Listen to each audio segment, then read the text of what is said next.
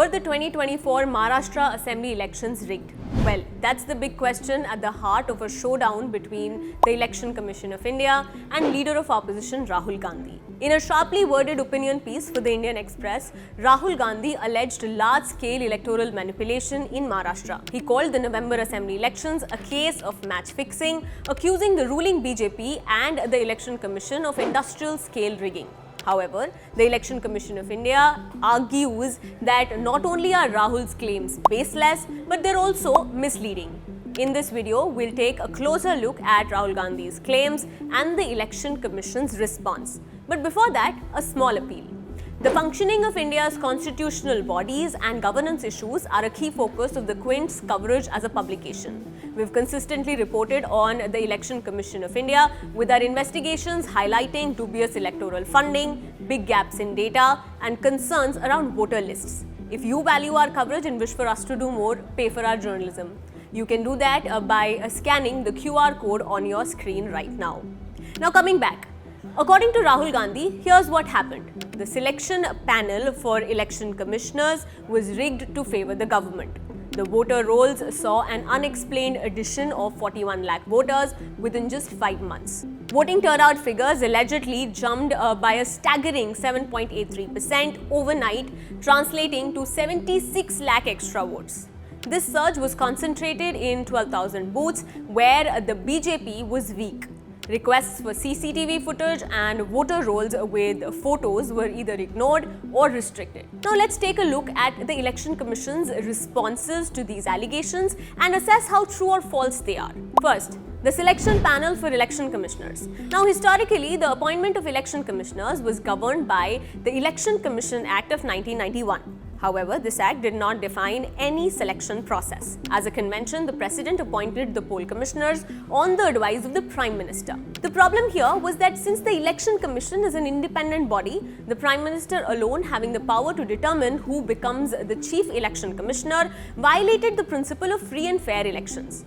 On March 2, 2023, a 5-judge constitution bench led by Justice K.M. Joseph directed the creation of a committee comprising the Prime Minister, the Leader of the Opposition and the Chief Justice of India to advise the President on ECI appointments. This committee was to remain in place until the Parliament enacted a law for appointments. The Parliament followed suit and passed a law. Under the new act passed in 2023, the Chief Election Commissioner and election commissioners will be appointed by the President upon the recommendation of a selection committee. The committee will consist of the Prime Minister, a Union Cabinet Minister and the Leader of the Opposition in Lok Sabha. While this reform aims to provide more transparency, the selection process remains largely influenced by the government, which raises concerns about the Commission's independence. When the current Chief Election Commissioner Gyanesh Kumar was appointed in February 2025, the committee included Prime Minister Narendra Modi, Union Home Minister Amit Shah and Leader of Opposition Rahul Gandhi.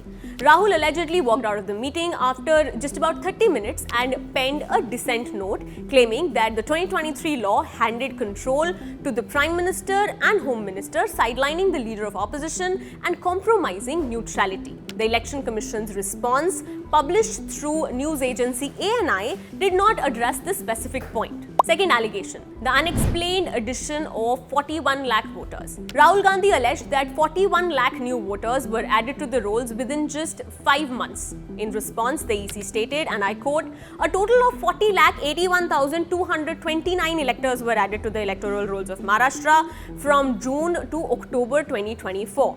This includes 8 lakh 72,094 electors in the 18 to 19 age group and 17 lakh 74,514 electors in the 20 to 29 age group. Thus, 26 lakh 46,608 young electors aged 18 to 29 were added out of the total 40 lakh 81,229 electors during this period. This is a welcome trend showing youth participation, which is vital for the future of our democracy. The additions made during this period in a large state like Maharashtra have no visible abnormal trend. Unquote. The EC further explained that the increase was due to recent amendments in the Representation of People's Act 1950. There are now 4 qualifying dates in a calendar year for registering as a voter. After the Lok Sabha election, those who turned 18 became eligible to be registered as voters on 1st September and 1st October 2024. This was not the case in the previous Lok Sabha elections. However, a deeper look at the numbers raises concerns. In a Quint investigation I co-authored with my colleague Aditya Menon in December last year, we found that much in line with the Congress's allegations, 40,81,229 new voters were added in the 5 months between the 2024 Lok Sabha and the 2024 Assembly elections in Maharashtra. In contrast, 31,03,749 new voters were added over the 5 years between the 2019 Assembly elections and the 2024 Lok Sabha elections. This means that more new voters were added in 5 months than in 5 years. This was the first time since 2004 that the number of new voters added to the rolls in 5 months between the Lok Sabha and Assembly elections exceeded the number added over 5 years between the Assembly and the subsequent Lok Sabha elections.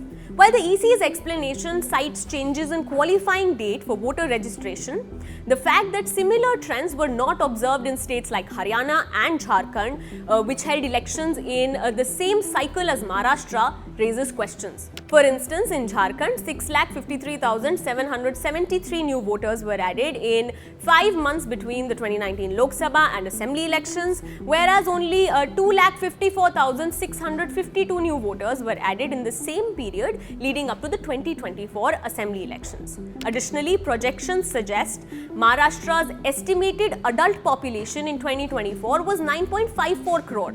Yet the EC enrolled 9.70 crore voters for the Vidhan Sabha elections, 16 lakh more electors than the entire adult population of the state. The EC has not provided any explanation for this discrepancy. Now coming to the third allegation of the voter turnout rise. Rahul Gandhi pointed out a mysterious rise in voter turnout. The 5 p.m. voter turnout in Maharashtra was 58.22%, but by next morning it was revised to 66.05%, an increase of nearly 76 lakh votes. The EC explained that the 5 p.m. data is provisional and collected by sector officers, and the final tally comes from Form 17C, a document shared with party agents at booth level. The EC insists that no tampering occurred with these figures. However, opposition leaders have long demanded that Form 17C data be released within 48 hours of polling's conclusion. But the EC has argued that premature disclosure could cause chaos during polling. Now let's look at the fourth allegation of targeted bogus voting. Rahul Gandhi alleged that the post 5 p.m. surge in voter turnout was concentrated in about 12,000 booths, primarily in areas where the BJP had lost in the 2024 Lok Sabha elections. This led to improbable gains such as a 56,000 vote jump for the BJP in Kamti Vidhan Sabha. The Maharashtra CEO, however, called this claim factually incorrect, arguing that Kamti falls under the Ramtek Lok Sabha seat contested by Shiv Sena and not the BJP. Now, semantics aside, the Shiv Sena and BJP contested both the Lok Sabha and the Vidhan Sabha elections together in an alliance. While Shiv Sena contested the Lok Sabha elections from Kamti, the BJP fielded a candidate for the Vidhan Sabha seat. The EC's own numbers confirm Rahul Gandhi's allegations of a 56,000 vote jump for the ruling alliance, making the EC's explanation less convincing. Restrictions on CCTV footage and voter rolls. Finally, Rahul Gandhi accused the EC and the centre of hiding evidence by restricting access to CCTV footage and voter rolls, especially after a High Court order directed disclosure. In response, an EC official stated that electoral rolls are available to political parties, but the list of those who voted cannot be shared as it would violate the secrecy of voting, a core principle of free and fair elections. Regarding CCTV footage, in December 2024, the EC, after consultation with the centre, amended the conduct of election rules to restrict access to electronic records. This followed a Punjab and Haryana High Court directive ordering the EC to share footage with advocate Mahmood Pracha. The EC argued that sharing CCTV footage could violate the secrecy of voting and could be misused with artificial intelligence. The EC also noted that grievances related to election process can be addressed through an election petition filed under Section 80 of the Representation of the People Act 1951. If necessary, relevant evidence can be presented to the court as per its directives. Now, to conclude, Rahul Gandhi has warned that match-fixed elections are a poison for democracy. The Election Commission insists it followed transparent, rule-based processes. What do you think?